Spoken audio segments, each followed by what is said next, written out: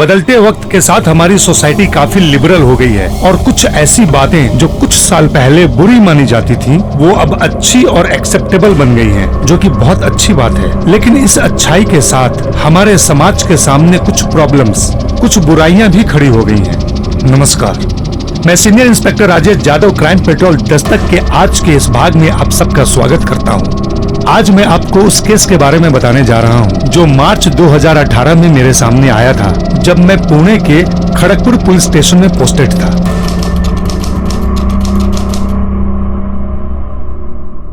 सिर्फ ध्रुव को ही नहीं, पूरे क्लास को पता चल गया कि मैडम ध्रुव को पसंद करने लगी है।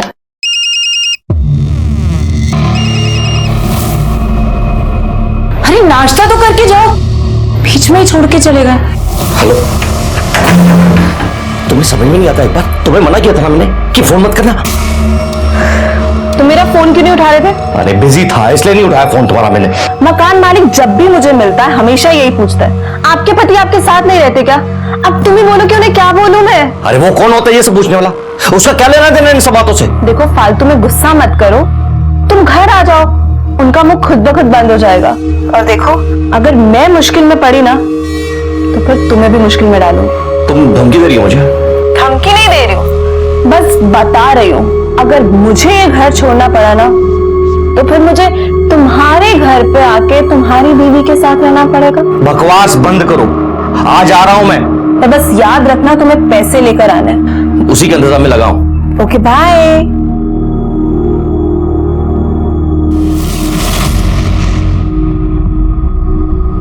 क्या बात है, कुछ ज्यादा ही परेशान लग रहे हो, कुछ प्रॉब्लम है क्या? वो ऑफिस में थोड़ी प्रॉब्लम चल रही है।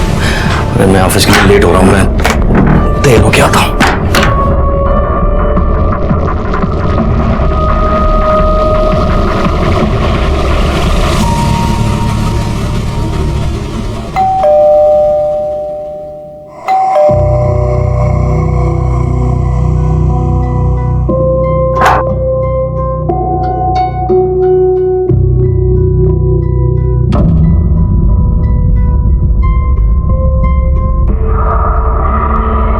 आओ आओ।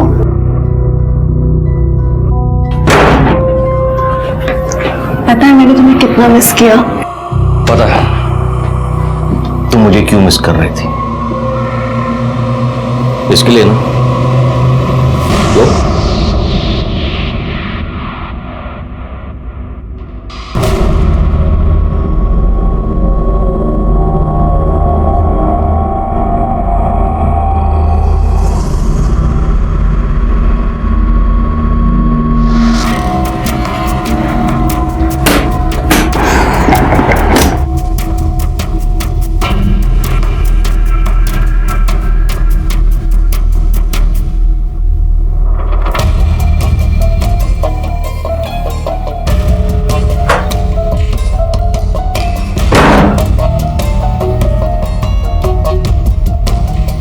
बहुत स्ट्रेस्ड लग रहे हो, तुम रिलैक्स करो, मैं तुम्हारे लिए ड्रिंक लाती हूँ।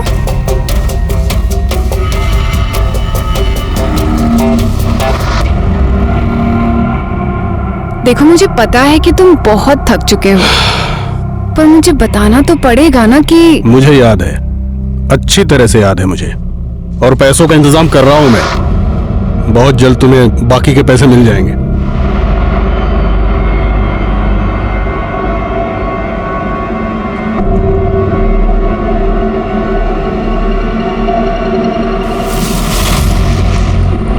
पहले मुझे मेरे पैसे दो, उसके बाद तुम्हें जो चाहिए होगा सब मिलेगा।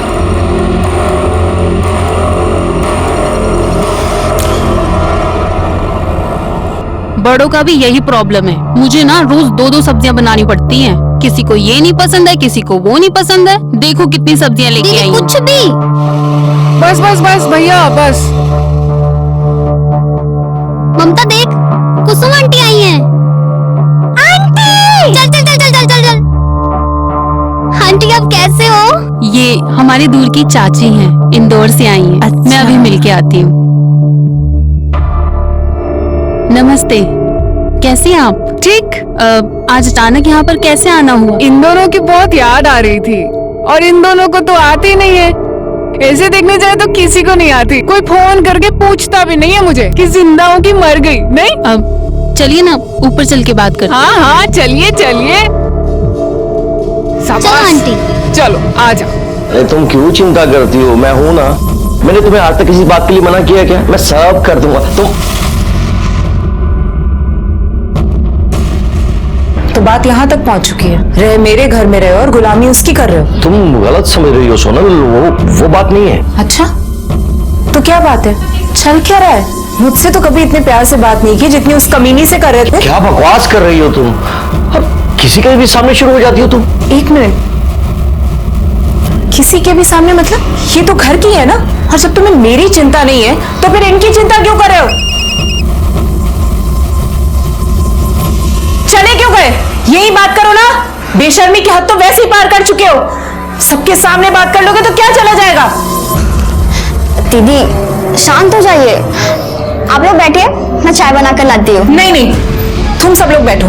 चाय तो मैं बनाकर लाती हूँ, क्योंकि इसने शादी मुझसे इसीलिए तो की है कि घर में एक नौकरानी चाहिए। दीदी वाह, क्या हालत बना के रखी है। कुछ कहो कुछ पूछो तो काटने को आता है। सब ठीक है या वैसे ही? आप उधर चलो, मैं सब बताती हूँ। हुकुम सेठ, बस एक आखिरी बार पैसे दे दो। तुम्हें पैसे देने से अच्छा है मैं अपने ड्राइवर को पैसे दे दूं। कम से कम वापस तो मिल जाएंगे वहां से मुझे पैसे। माफ करना नहीं हो पाएगा।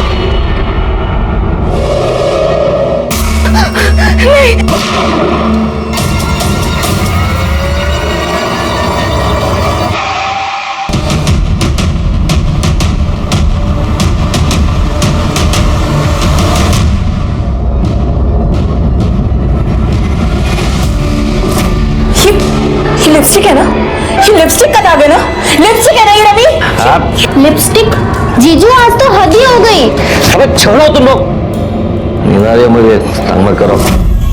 अच्छा तो बात यहाँ तक आ गई है। सवेरे सवेरे व्यायाम करने से मस्त फील होता है, अच्छा लगता है एकदम। वो देखो, अरे बच्चे लोग, अरे क्या कर रहे हो तुम लोग?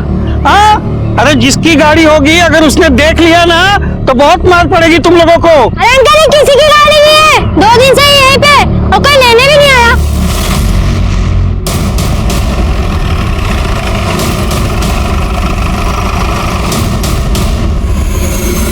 साहब बच्चे लोग बोल रहे थे कि गाड़ी 2 दिन से इधर ही पड़ी हुई है। मुझे तभी डाउट हुआ कि कोई इतनी महंगी गाड़ी ऐसे कैसे छोड़ के जा सकता है सड़क पर, वो भी खुली हुई। इसलिए मैंने तुरंत आपको फोन कर दिया।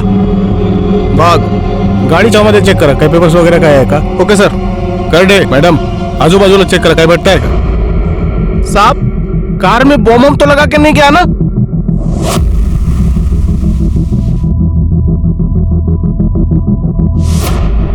सर, हे बाबा, तुम इथेच थांबा।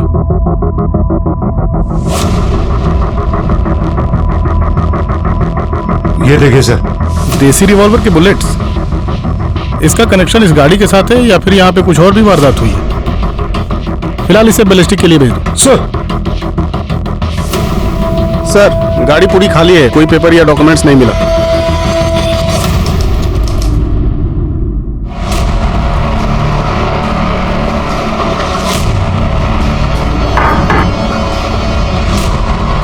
तू यहाँ, तुम्हारी हिम्मत कैसे हुई आने की? चलेगा यहाँ से? अरे अपनी मर्जी से थोड़ी आया हूँ, वो तो दीदी ने भेजा पैसे के लिए। अरे भाड़ में गई तेरी दीदी, चल निकल यहाँ से, निकल। शिकोली, इसे धक्के मार कर यहाँ से बाहर निकालो। चल निकल, और आइंदा से दिखना नहीं चाहिए मेरे को, हैं? वरना तुम्हारी क्या नहीं। चल निकल। ये आपने ठीक नहीं किया जीजा जी।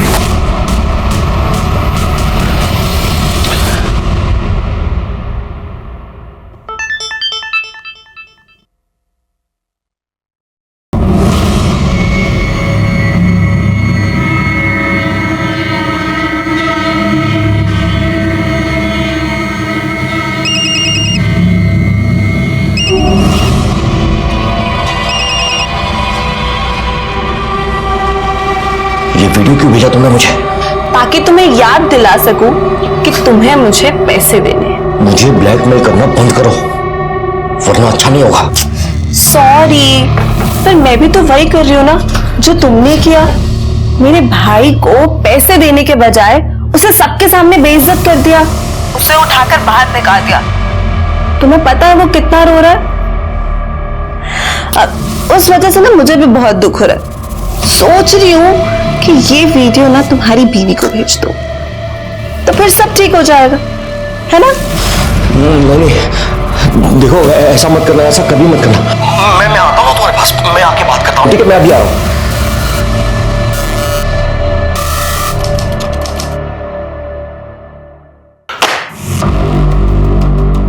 गायकवाड़, बैलिस्टिक रिपोर्ट से तो ये साबित होता है कि वो बुलेट्स किसी देसी रिवॉल्वर के ही है। लेकिन सर अब तक ये साबित नहीं हो पाया है कि उन शेल्स का उस गाड़ी के साथ कोई कनेक्शन है या नहीं। ये भी हो सकता है उन शेल्स का गाड़ी के साथ कोई कनेक्शन हो ही ना। नहीं, कनेक्शन तो है, वरना इतनी अच्छी खासी चालू कंडीशन की गाड़ी कोई ऐसी सुनसान जगह पर छोड़कर क्यों जाएगा। आरटीओ से उस गाड़ी की डिटेल्स मंगवाए सर, जल्दी आ जाएंगे।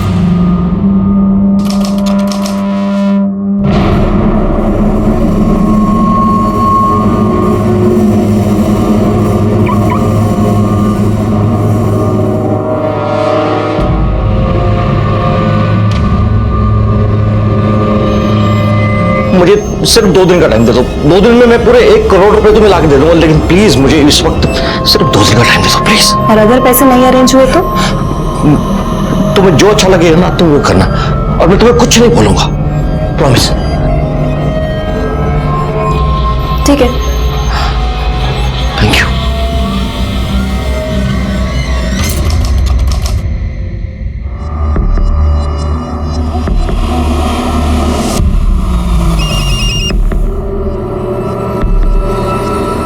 कहाँ हो तुम? 6 बज चुके और तुम अभी तक नहीं आए। हाँ, तुम्हारे घर के बाहर ही हूँ, बस 2 मिनट में आ रहा हूँ। ठीक है, जल्दी आओ।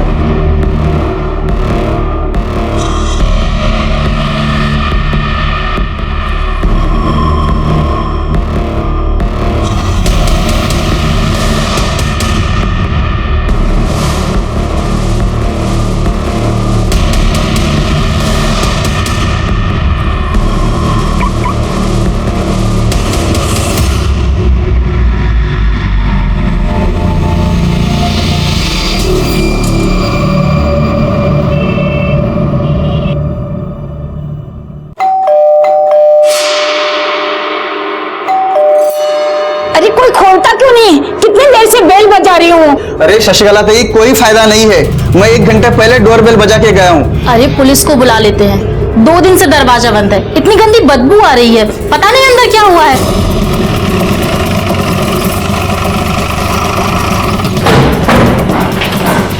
नमस्कार साहब। सर मैं शर्मा, मैंने ही आपको फोन किया था।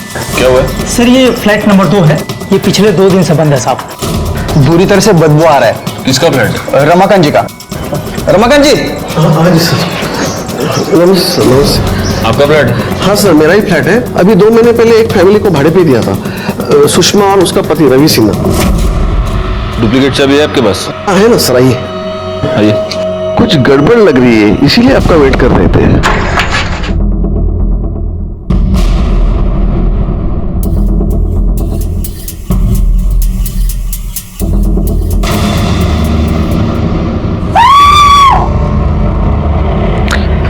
इन सबको बाहर निकालो। गायकवाड़, पूरे घर की तलाश लो, देखो कुछ मिलता है क्या। सर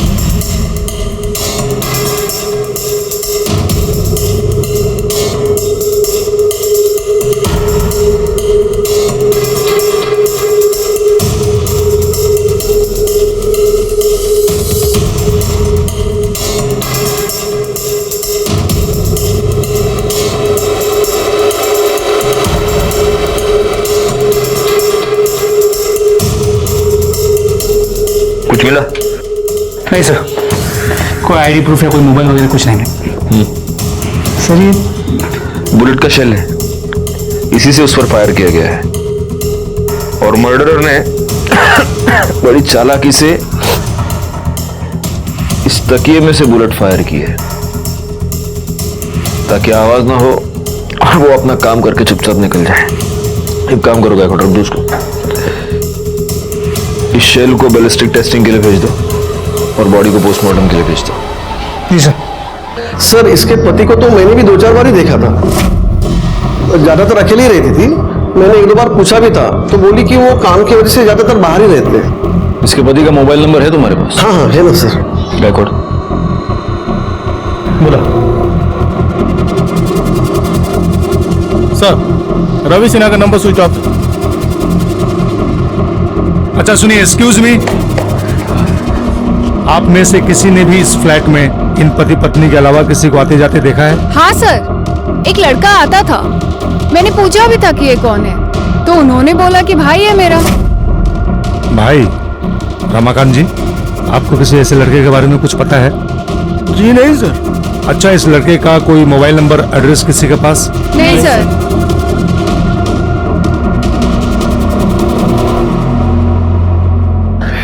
गायकवाड़, इस रमाकांत से रेंट एग्रीमेंट की कॉपी ले लो और ये जो सीसीटीवी कैमरा है उसका फुटेज निकलवाओ, शायद उसमें कुछ मिल जाए। हाँ अभी रखो तुम फोन, में बाद में फोन करता हूँ। चलो रखो।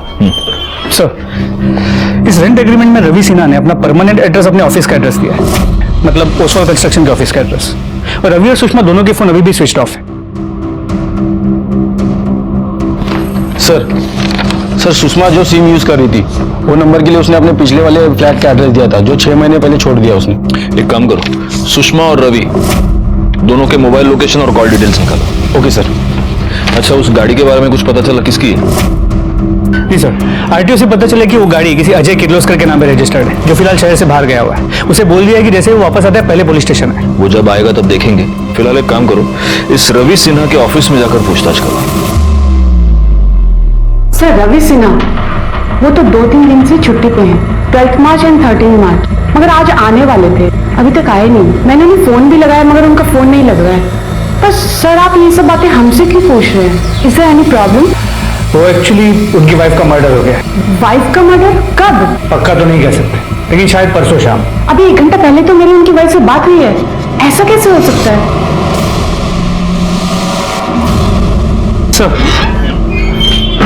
सर एक कंफ्यूजन है। रवि सिन्हा के ऑफिस के एचआर से पता चला है कि उसकी एक्चुअल वाइफ का नाम तो सोनल सिन्हा है और वो भक्ति पार्क में रहती है अपनी दोनों बहनों के साथ। तो फिर ये सुषमा सिन्हा कौन है? सर मोबाइल फोन के लोकेशन के मुताबिक रवि सिन्हा का फोन 13 मार्च को शाम को 7 बजे शिवाजी नगर के भक्ति पार्क के आसपास बंद हुआ है। और सर सुषमा का फोन रात को 10:30 बजे उसके घर से भक्ति पार्क तक ट्रैवल करता दिख रहा है और उसका फोन रात को 11 बजे वही आसपास बंद हुआ है। अब इसकी जड़ तक पहुंचने के लिए हमें भक्ति पार्क ही जाना होगा, क्योंकि वहीं पर जाकर दोनों के फोन स्विच ऑफ हुए हैं और भक्ति पार्क में ही इसकी सो कॉल्ड ऑफिशियल वाइफ भी रहती है। चलो।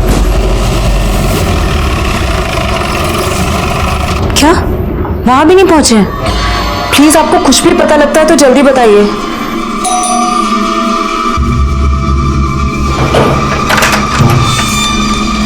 क्या हम अंदर आ सकते हैं? जी आइए ना।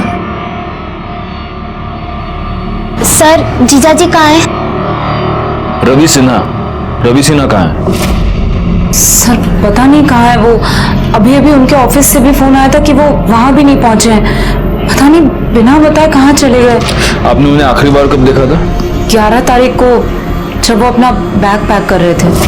क्या कर रहे हो तुम? ये कहाँ जा रहे हो रवि? उस चुड़ैल के पास जा रहे हो ना? तुम्हारा हो गया है दिमाग खराब। तुम्हें जो सोचना है सोचो। हटो यहाँ से। रवि हटो। रवि मेरी बात तो सुनो रवि प्लीज। दीदी क्या हुआ? जीजू कहाँ चले गए? सर वो उसी कमीनी औरत के पास गए होंगे, उसी के साथ होंगे वो। उसकी वजह से ही ना उन्होंने मुझे छोड़ दिया। आप गलत सोच रही हैं। आप जिस औरत की बात कर रही हैं सुषमा, उसका मर्डर हो चुका है और आपके पति गायब हैं। ये क्या बोल रहे हैं आप अपने और आपके पति के बारे में कुछ बता सकती हैं? सर हम दोनों मैट्रिमोनी साइट से मिले थे। कुछ 4 साल पहले हमारी शादी हुई थी। फादर नहीं थे मेरे और शादी के बाद मम्मी की भी डेथ हो गई थी। फिर रवि ने डिसाइड किया कि ये दोनों भी हमारे साथ ही रहेंगी। सर जीजू बहुत अच्छे हैं, उन्होंने हमेशा हमारा ध्यान अपनी बेटियों की तरह रखा, कभी फील नहीं होने दिया कि हमारे माँ बाप नहीं है। सर प्लीज सर जीजू को ढूंढ दीजिए सर, प्लीज प्लीज सर। आपको यकीन है कि 11 तारीख के बाद आपके पति आपको मिले ही नहीं? नहीं सर। आप सच बोल रही हैं? क्योंकि 13 तारीख की शाम को आपके पति का फोन स्विच ऑफ होने से पहले आपके घर के पास ही दिखा है। लेकिन सर वो जब से यहाँ से गए घर कभी वापस आए नहीं, और हमें तो पता भी नहीं है कि वो घर के आसपास भी आए होंगे। तो अगर आपके पति आपसे कांटेक्ट करते हैं या उनके बारे में आपको कुछ भी पता चलता है, आप सबसे पहले हमें फोन करेंगे। जी सर। चलो बैठो। ये लॉबी का कैमरा चल रहा है? नहीं साहब, ये चालू नहीं है। ये कैमरा? हाँ साहब, वो चालू है।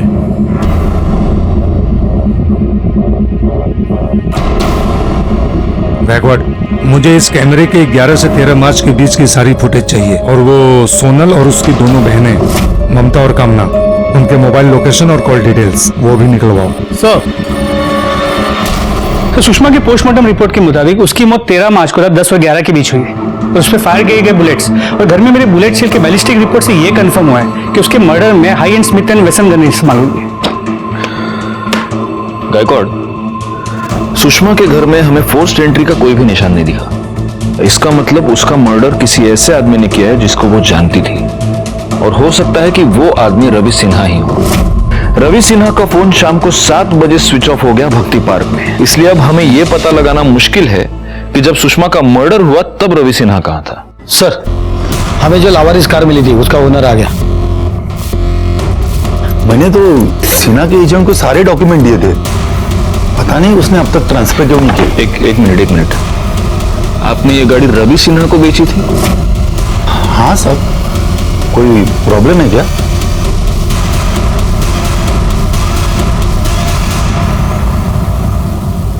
किर्लोस्कर का यह कहना है कि उसने वो गाड़ी रवि सिन्हा को बेची थी। उस गाड़ी के पास हमें जो बुलेट के शेल्स मिले वो देसी रिवॉल्वर के, और सुषमा का murder Smith and Wesson gun से किया गया है। अब इसमें बहुत सारी थियरीज निकलती है गायकवाड़। सबसे पहली थियरी ये कि ये दोनों गन्स रवि सिन्हा की है। दूसरी थियरी ये कि Smith and Wesson gun Ravi Sinha की है जिससे उसने सुषमा का मर्डर कर दिया, और किसी और ने गाड़ी के पास रवि पर देसी रिवॉल्वर से हमला कर दिया। और तीसरी थियरी ये कि देसी रिवॉल्वर रवि का है और किसी और ने सुषमा पर स्मिथ एंड वेसन गन से हमला कर दिया। सर, एक पॉसिबिलिटी तो ये भी है कि उस देसी रिवॉल्वर की बुलेट्स का रवि सिन्हा और सुषमा के मर्डर्स के साथ कोई रिलेशन ही ना हो। सर, सुषमा और रवि सिन्हा के घर के आसपास के सीसीटीवी फुटेज आ गए। पॉज करो। गायकवाड़, इस फुटेज से ये तो पता चल रहा है कि ये जो व्हाइट कलर की गाड़ी ये रवि की है, और ये भी कि शायद सोनल सच ही बोल रही है। वाकई में 11 तारीख को शाम को रवि निकल गया है घर से। कुर्सी रखो। ये देखिए सर, 13 मार्च का फुटेज। शाम को 7:30 बजे ऐसे ही गाड़ी अंदर आते हुए दिख रही है। एक मिनट पॉज करो, जूम करो। सर, ये तो रवि की गाड़ी, नंबर देखिए। मतलब यहां पर भी सोनल सच ही बोल रही है। रवि शाम को 7:30 बजे अपने बिल्डिंग में वापस आया है, लेकिन वो अपने पार्किंग तक भी नहीं गया, यहीं से यू टर्न लेके वो वापस चला गया। करड़े काम करा, विक्रम नगर का फुटेज निकलवा। सर, ये देखिए सर, सुषमा की बिल्डिंग का 6 बजे का फुटेज। ये रवि सिन्हा की गाड़ी आई। ये एक मिनट, रिकॉर्ड पॉज करो, पीछे लो। हाँ यार, पॉज करो, जूम करो। ये देखो, इसके ये पीछे क्या है? सर, ये तो गन लग रही है। इसका मतलब ये शाम को 6 बजे ही गन लेकर सुषमा के घर गया, लेकिन पीएम रिपोर्ट के मुताबिक तो सुषमा का मर्डर रात को 10 से 11 के बीच हुआ है। ओह,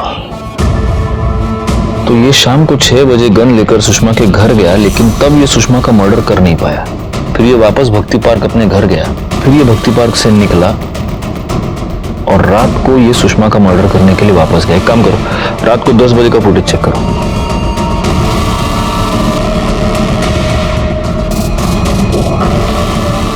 ऐसे कैसे हो सकता है? मतलब रात को रवि सिन्हा वापस आया ही नहीं। सर, सुषमा की बिल्डिंग में पीछे से भी एक एंट्रेंस है, जहाँ पे लाइट ज्यादा नहीं है, काफी अंधेरा होता है, और वहां पे सीसीटीवी कैमरा भी नहीं। हो सकता है कि रवि सिन्हा वहां से आया। इस केस में हमारे पास थियरी की कोई कमी नहीं थी, लेकिन सबूत की कमी थी। वैसे रवि सिन्हा के मोबाइल लोकेशन से हमें काफी कुछ बातें पता चली थी। 11 तारीख की रात को रवि सिन्हा इंदौर गया। 11 तारीख की रात से लेकर 12 की सुबह तक ट्रैवल करके वो इंदौर पहुंचा। 13 की सुबह वो इंदौर से वापस निकला और शाम तक पुणे आया। जिन बच्चों और बुजुर्गों को रवि की गाड़ी मिली थी, उन्होंने यही बताया था कि 13 तारीख की रात से वो गाड़ी वहीं पर थी। ममता, कामना और सोनल के मोबाइल रिकॉर्ड से ये पता चला कि ये तीनों औरतें 13 तारीख की रात से लेकर अगले दिन सुबह तक अपने घर पर ही थी। वैसे ममता और कामना के मोबाइल रिकॉर्ड्स में हमें एक नंबर मिला था जो इंदौर का था और जिस नंबर पर ये दोनों लड़कियां लगातार टच में थी, और ये नंबर कुसुम सिन्हा नाम की किसी औरत के नाम पर रजिस्टर्ड था। एक और इंटरेस्टिंग फैक्ट ये पता चली थी कि कॉलेज में ममता और कामना का नाम सिन्हा नाम से रजिस्टर्ड था, लेकिन अगर वो सोनल की बहनें थी तो उनका नाम पांडे होना चाहिए था। सर, कामना और ममता मेरी बहनें नहीं है। बहन नहीं है तो फिर क्या है? बेटियां हैं। क्या? सगी नहीं, सौतेली बेटियां। मतलब? रवि की पहली बीवी कुसुम है, कामना और ममता उन्हीं की बेटियां हैं। तो फिर आपने इन्हें अपनी बहन बनाने का नाटक क्यों किया? सर, रवि इंदौर के पास एक गांव से है। 10 साल पहले कुसुम के साथ उनकी प्रॉब्लम की वजह से उन्होंने कुसुम को डिवोर्स दे दिया था और वो पुणे शिफ्ट हो गए थे। फिर करीब 4 साल पहले हमारी मुलाकात एक मैट्रिमोनी साइट पे हुई। फिर हम दोनों ने शादी कर ली। उन्होंने मुझे अपनी पहली बीवी से हुए बच्चों के बारे में बताया था और वो उनके फ्यूचर को लेके भी काफी परेशान थे। फिर मैंने उनसे कहा कि क्यों ना हम बच्चों को यहाँ पुणे ले आए और बेटर फ्यूचर देने की कोशिश करें, तो वो मान गए। और फिर मैं खुद कुसुम दीदी से बात करने इंदौर गई थी। दीदी, इंदौर थोड़ा छोटा सिटी है। पुणे में इन लोगों के लिए अपॉर्चुनिटीज थोड़ी ज्यादा है और इनका फ्यूचर भी सिक्योर हो जाएगा। और मैं आपसे प्रॉमिस करती हूँ, इन्हें किसी भी चीज की कोई कमी नहीं होगी। और आप तो यहाँ हैं, आप जब भी चाहें पुणे इनसे मिलने आ सकती हैं। महान बनने की कोशिश कर रही है। पहले मेरे पति को छीन लिया, मेरे बच्चों को छीनने आई। तेरी ना महानता में निकाल, चल यहाँ से। मेरे घर में घुसने की कोशिश मत कर, चल यहाँ से। बढ़िया ही। हमने इन्हें खुद कांटेक्ट किया और फिर जैसे तैसे माँ को भी मना लिया। पापा चले? हाँ चलते हैं। तब से ये दोनों यहाँ रहने लगे और रवि तो आज भी कुसुम दीदी को उनका खर्चा देते हैं। नहीं, लेकिन अभी भी मेरे एक बात समझ में नहीं आ रही कि रवि अपनी ही बेटियों को अपनी सालिया बनाकर यहाँ पर क्यों रख रहा था? सर, उन्हें लगता था कि अगर वो इन्हें अपनी बेटियां बताएंगे तो उनके करियर में प्रॉब्लम हो सकती है। उनके ऑफिस में कोई नहीं जानता था कि उनकी पहले भी एक शादी हो चुकी है और उससे उन्हें बच्चे हैं। खैर, 11 तारीख के बाद रवि ने आपसे कांटेक्ट करने की कोई कोशिश की? उसकी कोई खबर? नहीं सर। हाँ बोलो। ठीक है, हम आते हैं। सर, एक आदमी की डेड बॉडी मिली है। कहाँ पर? सर, उस दिन में जो गाड़ी मिली थी उसके पास एक मटन शॉप है, उसके पीछे। ए रुक, पुलिस आ गई, फोन रख। साहब, मैं रमजान, मैं ही आपको फोन किया था। आओ पीछे की साइड।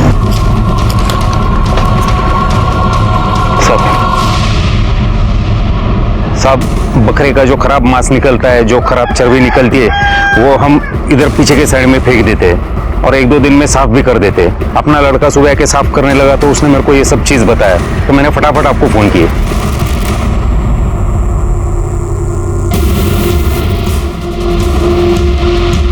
सर, पेट में मल्टीपल स्टैबिंग की गई और शायद मौत की वजह भी यही है और चेहरा भी बुरी तरह कुचला गया है। शायद उसकी पहचान ना हो सके इसलिए। करड़े, आजू बाजू बघा, देखो आईडी प्रूफ मर्डर वेपन कुछ मिलता है क्या? गायकवाड़, इसका और कामना और ममता का डीएनए मैच करके देखो। मेरा सिक्स सेंस ये कह रहा है कि शायद ये रवि सिन्हा है।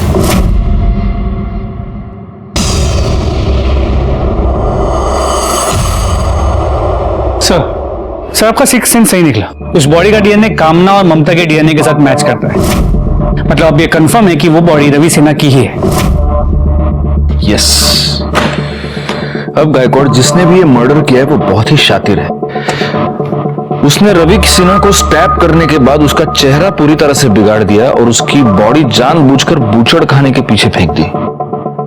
ताकि बॉडी की स्मेल उस बूचड़ खाने के पीछे पड़े मांस के स्मेल से मिक्स हो जाए और मर्डरर साफ बच जाए। खैर, सबसे पहले तो एक काम करो, रवि सिन्हा की फैमिली को इन्फॉर्म करो और उसकी वो पहली बीवी कुसुम, उसको भी। रवि का मर्डर कौन कर सकता है? आपको किसी पर शक? आपकी उससे आखिरी बार बात कब हुई थी? 2 हफ्ते पहले इंदौर आया था घर पे। उस आदमी ने मुझे कहीं का नहीं छोड़ा, जाते जाते मुझे बर्बाद करके चला गया। मतलब? 12 तारीख को घर पर आया था, मुझे बोला कि अरे नहीं, मैं झूठ नहीं बोल रहा हूँ। मैं खुद बच्चों के लिए इतना कुछ कर रहा हूँ ताकि उनका फ्यूचर बन सके, वो अपने पैरों पे खड़े हो सके। मैंने अपना सब कुछ गिरवी तक रख दिया और तुम होके एक साइन नहीं कर सकती हो। मैं बच्चों के लिए ना कुछ भी कर सकती, लेकिन मुझे तुम पर भरोसा नहीं है। अब क्या दिख रहे हो? दो, कहाँ साइन करना है? यहाँ साइन करो। ये लो। कहाँ करना है? बच्चों का नाम लेकर मेरे सर से छत छीन ली। अरे आप लोग मेरे सामान क्यों बाहर निकाल रहे हैं? मैंने 50 बार कहा है, अगर मैं अपना घर बेचूंगी तो मुझे नहीं पता होगा क्या? ये तुम्हारी साइन है यार, हो गई तसल्ली। मैंने पैसे दिए इस घर के लिए, अब ये घर मेरा है। चलो इसका सामान बाहर निकालो सब लोग। तो उस वक्त रवि कहाँ था? वो कमीना 13 तारीख को पैसे लेकर चला गया। जीते जी तो उसने मुझे घर से बाहर कर ही दिया था। मेरा एक आखिरी सहारा था, वो भी मुझसे छीन लिया। हाँ, पैसे लेके निकल गया। ठीक है। विक्रांत नगर में मिली एक औरत की लाश। पुलिस को उस औरत के पति पर शक था, पर वो पति मर चुका है। तो आखिर में कौन है इन दोनों कत्ल के पीछे? पुलिस का कहना यह है कि वो तहकीकात कर रही है और इससे ज्यादा जवाब उनके पास नहीं है। बोला। सर, मेरा नाम प्रकाश पेठे है, मैं एक बिजनेसमैन हूँ। मुझे एक कंप्लेंट लिखवानी है। सर, कोई मुझे फेक वीडियो दिखाकर ब्लैकमेल कर रहा है। Fake video? सर, कुछ महीने पहले मैं एक आशा नाम की लड़की से मिला, वो मुझे बहुत अच्छी लगी, हम दोनों का अफेयर हो गया। फिर एक दिन जब उससे मिलने में उसके घर गया तो मैंने देखा किसी ने उसे चाकू मारा हुआ है। सर, जब मैं वहाँ पहुंचा तो वो जिंदा थी, तो मैंने सोचा मैं उसे बचा लूंगा, इसलिए मैंने उसके पेट से चाकू निकाला और वो तभी मर गई। और इसका किसी ने वीडियो बनाया? उसके भाई श्रीकांत ने। उसने मुझे कहा कि मैंने उसकी बहन का खून कर दिया। मैंने उसे सब सच बताया, पर वो कहने लगा कि नहीं, उसके पास वीडियो है जिसमें साफ दिख रहा है कि मैंने उसकी बहन का खून किया और वो मुझे जेल भेज के रहेगा। मैं बहुत डर गया था सर। फिर उसने मुझे कहा कि वो ये बात किसी को नहीं बताएगा और बॉडी भी डिस्पोज कर देगा, पर इसके लिए मुझे उसे पैसे देने पड़े, जो मैंने दिए भी। और उसके बाद भी श्रीकांत और उसकी बहन मालती वो मुझे ब्लैकमेल करते रहते। अगर 2 घंटे के अंदर ना तुमने मुझे पैसे नहीं भेजे ना, तो वो वीडियो ना तुम्हारे घर वालों को भेज के ना तुम्हारी परेशानी का इंतजाम कर दूंगी। और अब 2 घंटे में मुझे उन्हें 1 करोड़ रुपया देना। ये जो वीडियो की आप बात कर रहे हैं, वो वीडियो है आपके पास? जी सर।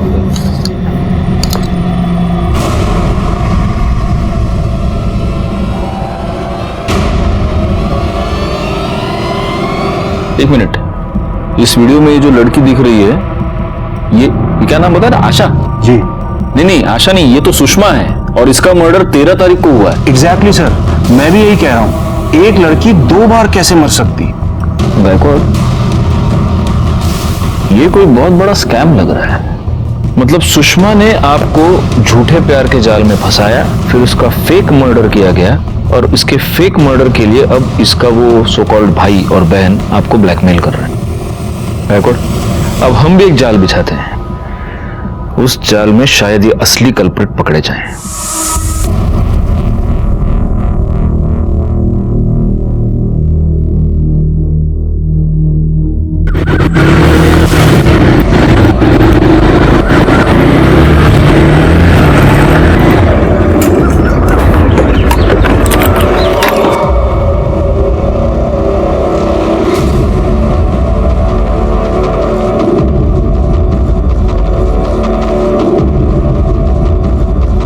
पैसे लाऊं? लाया हूँ।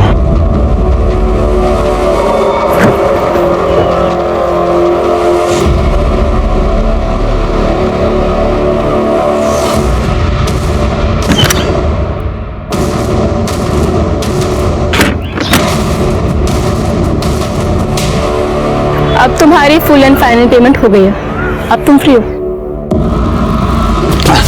सर, ये मालती और सुषमा दोनों सगी बहन थी सर। जैसे सुषमा ने प्रकाश को अपने जाल में फंसाया था, वैसे ये मालती ने पैसों के लिए रवि को अपनी जान में फंसा लिया था सर। पाटिल मैडम, कन्या भी सच बोलना चाहती है, उसकी भी मदद करो, उसको भी मिर्ची खिलाओ। नहीं, मैं बता रही हूँ। सुषमा ने प्रकाश के सामने मरने का नाटक किया था। वैसे मैंने भी रवि के सामने मरने का नाटक किया और सुरेंद्र ने उसका वीडियो बनाया था। सुरेंद्र ने रवि को भी लाश को ठिकाने लगाने के बदले में पैसे मांगे थे। पहले तो रवि बहुत रोया, बहुत गिड़गिड़ाया, लेकिन जब सुषमा ने उसे धमकी दी कि अगर उसने पैसे नहीं दिए तो वो वीडियो उसकी वाइफ को भेज देगी, तब वो मान गया। तो सुषमा और रवि की वाकई में शादी हुई थी? नहीं सर, वो लोग झूठ बोलकर विक्रांत नगर में रहते थे। अरे तोरे, तू सच में इनका भाई है क्या? नहीं सर, मैं इनका कोई भाई नहीं था, इनसे हमारा कोई रिश्ता ही नहीं था सर। इन लोगों ने हमको पैसों के लिए हार किया था। तो जिस दिन सुषमा की मौत हुई तो उसके साथ था? हाँ सर, साथ में था सर, लेकिन 9:45 तक मैं वहां से निकल गया था। तो ये भी तो हो सकता है कि जो पैसे रवि ने सुषमा को दिए थे वो पैसे तूने लिए, तूने सुषमा का मर्डर किया और फिर तू वहां से गया। अरे सर, मैं सच कह रहा हूँ सर, मैंने किसी का खून नहीं किया है सर। हाँ सर, ये सही बोल रहा है, इसने नहीं मारा उसे। उस दिन 10 बजे के तकरीबन रवि का दिया हुआ 1 करोड़ रुपए लेके वे मेरे पास आया था। सुषमा की मौत की वजह से हम लोग फंस सकते थे, इसलिए हमने सोचा कि हम लोग प्रकाश से 1 करोड़ रुपया और निकलवाएंगे और हमेशा के लिए पुणे छोड़ देंगे। हाँ सर, ऐसा ही प्लान किया था हम लोगों ने। रवि के पास सुषमा के मर्डर का मोटिव था, लेकिन पोस्टमार्टम रिपोर्ट के मुताबिक रवि की मौत 13 तारीख को शाम 6 से 8 के बीच हुई थी, जबकि सुषमा की मौत 13 तारीख को रात 10 से 11 के बीच, यानी रवि सुषमा से पहले मर चुका था। रवि की मौत ने उसे इनोसेंट साबित कर दिया। ना ही रवि के केस में हमारे पास कोई क्लू था और ना ही सुषमा के। तभी हमने कामना के कॉल रिकॉर्ड से वो नंबर निकाले जिनसे वो लगातार टच में थी। उसमें से एक नंबर 13 तारीख को शाम 5 बजे से लेकर रात को 11 बजे तक उसके घर के पास एक्टिव था। जब हमने पूछताछ की तो हमें यह पता चला।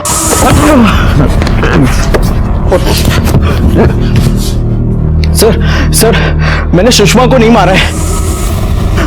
मैं कामना की मदद कर रहा था सर, भरोसा करिए मेरे पे सर, मैंने नहीं मारा उसे। कामना? तो क्या कामना ने अपना फ्यूचर सिक्योर करने के लिए सुषमा का मर्डर किया था? नहीं सर, मैंने सुषमा को नहीं मारा, मैं तो सिर्फ अपने परिवार को टूटने से बचाना चाहती थी सर। कामना और ध्रुव सुषमा के केस में दोनों सिर्फ मोहरे थे, असली मर्डरर कोई और ही था। सब मुझे डाउट तो पहले से ही था कि रवि का कहीं अफेयर चल रहा है, लेकिन कंफर्म उस दिन हुआ जब ध्रुव और कामना ने विक्रांत नगर में रवि का पीछा किया। वो घर mister and missus Ravi Sinha के नाम पर था। मुझे लगा रवि ने सुषमा से शादी कर ली है, सुषमा को किसी भी हाल में अपने रास्ते से हटाना चाहती थी, इसीलिए मैंने ध्रुव की मदद ली, क्योंकि ध्रुव रिच और पावरफुल फैमिली से बिलोंग करता है। फिर मुझे ध्रुव ने वो गन लाकर दी जिससे मैंने सुषमा को मारा। 13 तारीख की शाम को हम तीनों ने अपना फोन साइलेंट पे करके घर पे ही छोड़ दिया था। फिर हम लोग प्लान के मुताबिक सुषमा के घर के बाहर पीछे के रास्ते से पहुंचे।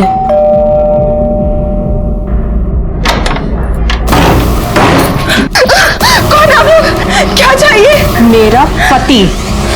सुषमा को मारने के बाद मैंने उसका फोन उठाया और अपनी बिल्डिंग के पास लाकर डिस्ट्रॉय कर दिया। मैंने इस शादी को बचाने के लिए क्या कुछ नहीं किया सर, लेकिन उसने उस सुषमा से शादी करने से पहले मेरे बारे में एक बार भी नहीं सोचा। सोनल, तुम्हारी जानकारी के लिए बता देता हूं, रवि और सुषमा की शादी कभी नहीं हुई थी। सुषमा, उसका भाई और उसकी बहन मालती, तीनों ने मिलकर रवि को झूठे प्यार के जाल में फंसाया था और वो तीनों उसे ब्लैकमेल कर रहे थे। सुषमा का मर्डर केस तो सॉल्व हो गया, लेकिन रवि का मर्डर किसने किया?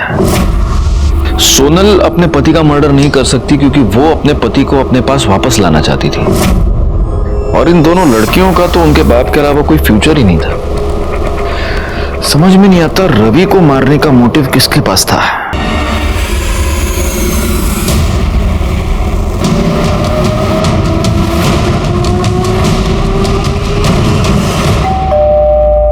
तू बैठ, मैं देखती हूँ। जी विवेक,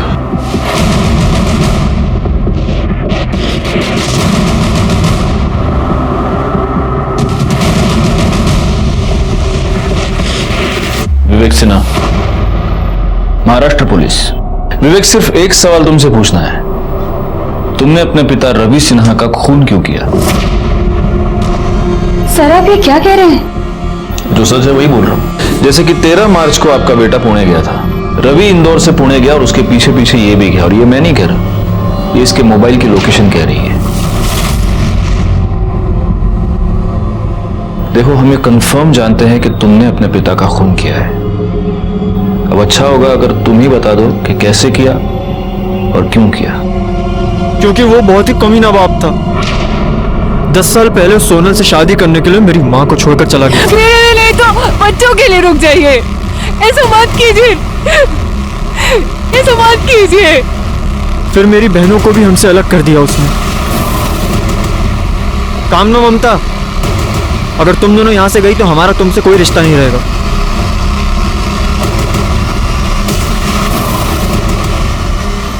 मैं सब कुछ भूल जाता, लेकिन उन्होंने मेरी माँ के साथ गलत किया और हमारा घर बेच दिया।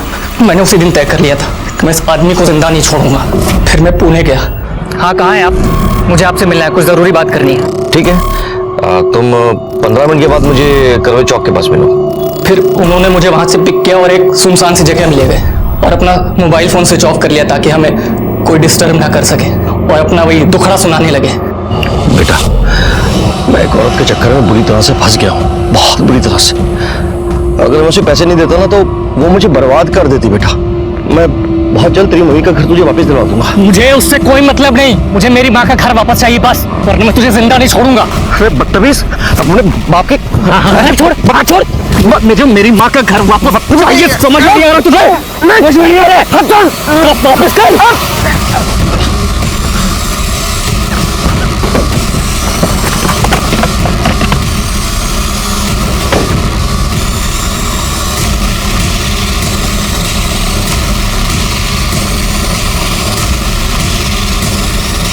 आगे मत बढ़ो वरना मैं सचमुच गोली मार दूंगा। कुचड़ खाने के पीछे फेंक दी, चाकू मैंने रास्ते में एक नदी में फेंक दिया था।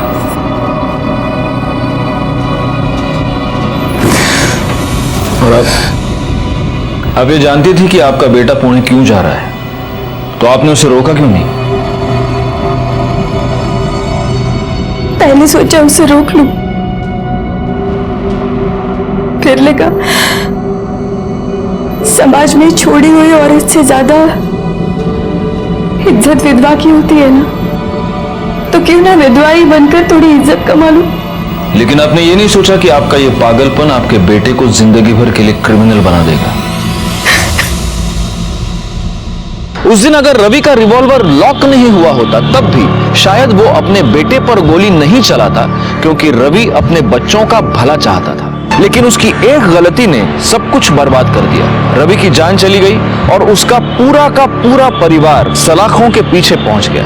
रवि को इस जुर्म की दस्तक कई बार मिल चुकी थी, लेकिन रवि ने उसे अनदेखा अनसुना कर दिया और मालती, सुरेन और सुषमा के जाल में फंसकर उसने सब कुछ उजाड़ दिया। इसीलिए कहता हूं, जुर्म की दस्तक को अनदेखा अनसुना ना करे, उसके परिणाम बहुत भयंकर हो सकते हैं। इसी के साथ मैं सीनियर इंस्पेक्टर राजेश जाधव आपसे विदा लेता हूं। दोबारा मिलूंगा, तब तक सतर्क रहिए और देखते रहिए क्राइम पेट्रोल दस्तक, क्योंकि मकसद बताना नहीं, बचाना है। जय हिंद। इस तरह के और भी एपिसोड देखने के लिए हमारे चैनल को सब्सक्राइब करें और बेल आइकन दबाना ना भूलें।